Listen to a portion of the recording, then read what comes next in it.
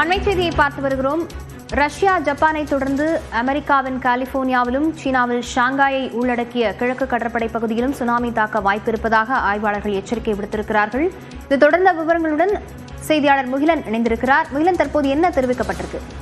லாவண்யா, தற்போது அதாவது அடுத்தடுத்து இந்த பசிபிக் ஆசிய நாடுகள் அனைத்திற்குமே தற்போது இந்த சுனாமி எச்சரிக்கை வழங்கப்படுவதை நாம் பார்க்க முடிகிறது. ஏற்கனவே ஹுவாய் ஏற்கனவே இந்த எச்சரிக்கையானது வழங்கப்பட்டிருக்கிறது. தற்போது அமெரிக்காவில் இருக்கக்கூடிய அந்த பசிபிக் கடலோர பகுதிகள், குறிப்பாக அலாஸ்கா பகுதியிலிருந்து கலிபோர்னியா வரை இந்த சுனாமி எச்சரிக்கையானது தற்போது வழங்கப்பட்டிருக்கிறது.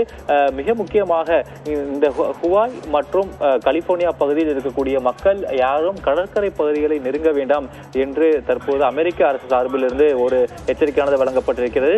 அதே போல டொனால்ட் ட்ரம்ப் அவரும் ஒரு எக்ஸ் பதிவில் ஒரு எச்சரிக்கையை விடுத்திருக்கிறார். அவருடைய பதிவிலும் அந்த சுனாமி எச்சரிக்கையானது தற்போது ஹுவாய் மற்றும் அலாஸ்கா மற்றும் அமெரிக்காவின் இந்த பசிபிக் கடற்கரை பகுதிகளில் அமலில் இருக்கிறது. அதனால் மக்கள் பாதுகாப்பாக இருக்கும்படி ஒரு எக்ஸ் பதிவையும் இட்டிருக்கிறார். அதே போல தற்போது சீனாவிலும் ஒரு மஞ்சள் எச்சரிக்கையானது வழங்கப்பட்டிருக்கிறது.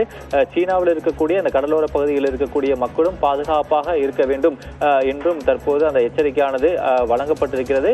இந்த சுனாமி தற்போது வரை பெரிய அளவில், அதாவது ஜப்பான், ஹுவாய் போன்ற பகுதிகளில் தான் இந்த சுனாமியின் தாக்கமானது அதிகமாக இருக்கும் என்று கணிக்கப்படுகிறது.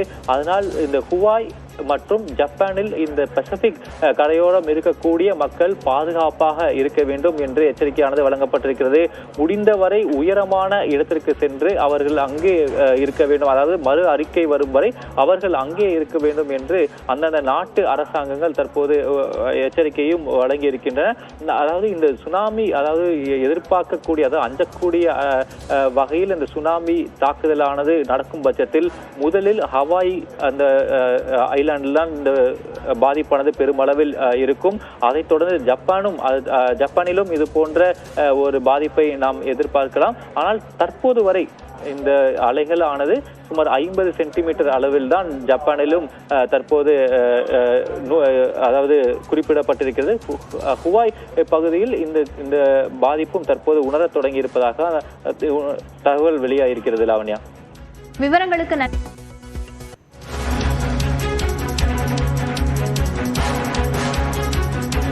அண்மை செய்தியை பார்த்து வருகிறோம். சுனாமி எச்சரிக்கையை அடுத்து ஜப்பானில் 9 லட்சம் பேர் வீடுகளை விட்டு வெளியேற ஆணை பிறப்பிக்கப்பட்டிருக்கிறது.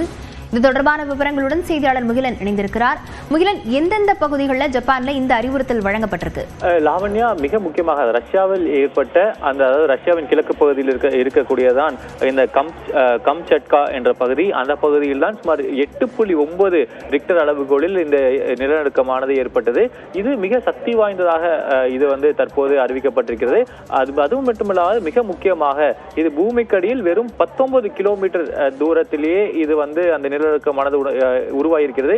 இதனால் தான் இதன் பாதிப்பானது பல நாடுகளில் தற்போது இது எதிரொலித்து கொண்டிருக்கிறது.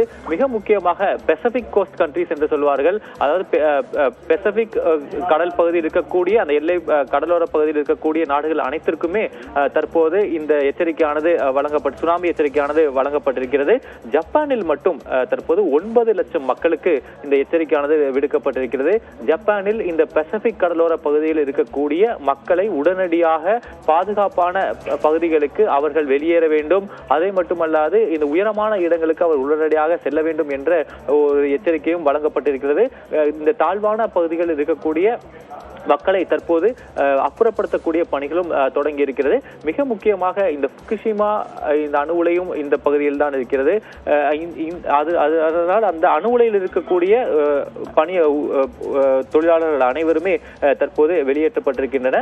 மிக முக்கியமாக ஜப்பானில் தற்போது ஏற்கனவே நாம் பேசிக் கொண்டிருக்கும் போது ஏற்கனவே 3 இடங்களில் தற்போது இந்த சுனாமியானது உணரப்பட்டிருக்கிறது. குறிப்பாக ஜப்பானில் இருக்கக்கூடிய ஜப்பான் பசிபிக் கோஸ்ட், நான் ஏற்கனவே குறிப்பிட்டது போல ஜப்பானில் இருக்கக்கூடிய அந்த பெசிபிக் பெருங்கடல் கடலோர பகுதிகளில் தான் இந்த பாதிப்பானது அதிகமாக இருக்கும் என்று தற்போது எச்சரிக்கையானது விடுக்கப்பட்டிருக்கிறது.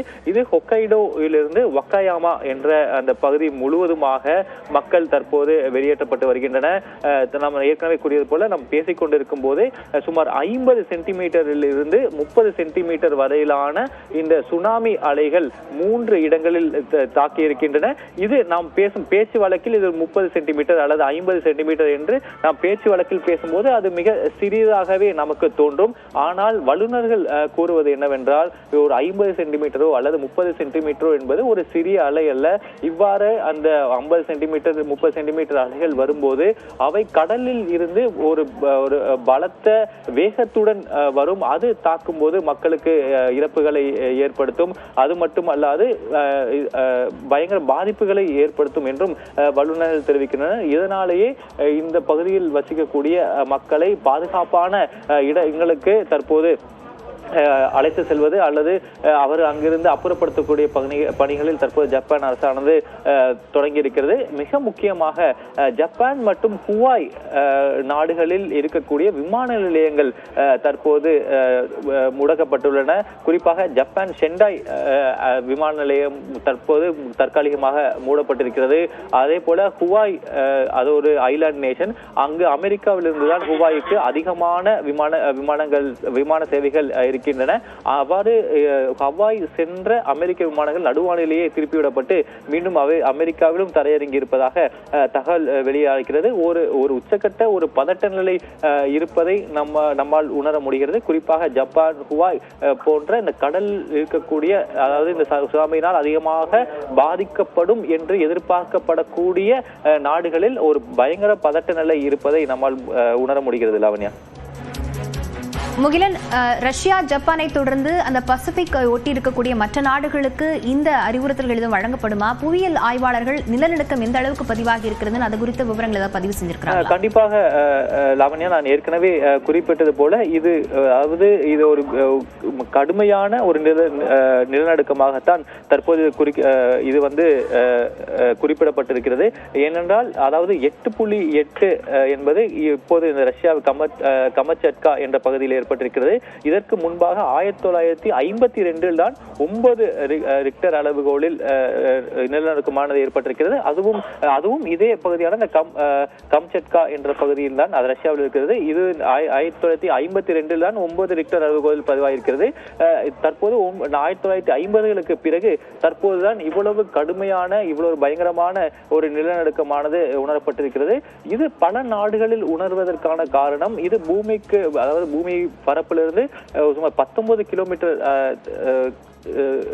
ஆழத்திலேயே இந்த நிலநடுக்கமானது ஏற்பட்டிருக்கு. இதனாலதான் இது பல்வேறு இடங்களில் இந்த நில அதிர்வானது உணரப்பட்டிருக்கிறது. சேதங்களும் அதிகமாக இருக்கிறது. சுனாமி எச்சரிக்கைகளும் பல நாடுகளுக்கு விடுக்கப்பட்டிருக்கிறது. இதனாலேயே இது ஒரு மிக கடுமையான ஒரு நிலநடுக்கமாக பார்க்கப்படுகிறது.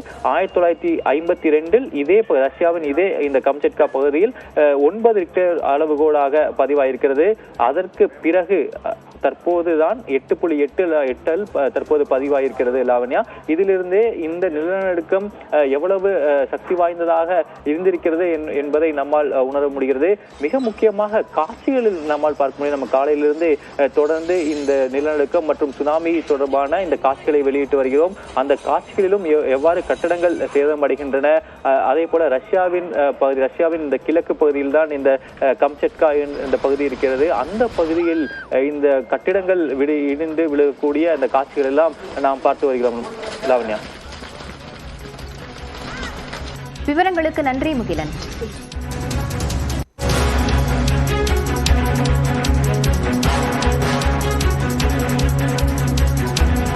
மற்றொரு அண்மை செய்தியை பார்த்து வருகிறோம். ஆகஸ்ட் 26ஆம் தேதி பிரதமர் நரேந்திர மோடி தமிழ்நாடு வரவுள்ளதாக தகவல் வெளியாகி இருக்கிறது. இது தொடர்பான விவரங்களுடன் செய்தியாளர் வேல்முருகன் இணைந்திருக்கிறார். வேல்முருகன், விவரங்களை பதிவு செய்யலாம். லாவண்யா, குறிப்பாக கடந்த 26ஆம் தேதி தமிழகத்தினுடைய தூத்துக்குடி மற்றும் கங்கை கொண்ட சோழபுரத்தில் பிரதமர் நரேந்திர மோடி இடையே 2 நாள் பயணம் என்பது மேற்கொள்ளப்பட்டது. இந்த நிலையில அடுத்த ஒரு மாதத்திற்குள்ளாகவே வருகின்ற ஆகஸ்ட் 26ஆம் தேதி சிதம்பரம் மற்றும் அதே போல திருவண்ணாமலை உள்ளிட்ட பகுதிகளுக்கு பிரதமர் நரேந்திர மோடி வர திட்டமிட்டிருப்பதாக தகவல்கள் தெரிவிக்கப்பட்டிருக்கிறது. குறிப்பாக சிதம்பரம் கடலூர் மாவட்டத்திற்கும் அதே போல திருவண்ணாமலை மாவட்டத்திற்கும் பல்வேறு நலத்திட்ட உதவிகள் மற்றும் அரசியல் ரீதியான பயணமாக இருக்கும் என்று பாஜக வட்டாரங்கள் தெரிவிக்கப்பட்டிருக்கிறது. குறிப்பாக பிரதமருடைய இந்த பயணம் அப்படிங்கிறது வருகின்ற 2026 சட்டமன்ற தேர்தலில் ஒரு பகுதியாக கூட தொடர்ச்சியாக பார்க்க முடிகிறது. தொடர்ச்சியாக பல்வேறு நிகழ்ச்சிகளை பங்கேற்பதற்கு திட்டமிடப்பட்டிருக்கக்கூடிய நிலையில முழுமையான தகவல் என்பது வரக்கூடிய வாரங்களில் தெரிவிக்கப்படும் என்று எதிர்பார்க்கப்படுகிறது. லாவண்யா, விவரங்களுக்கு நன்றி வேல்முருகன்.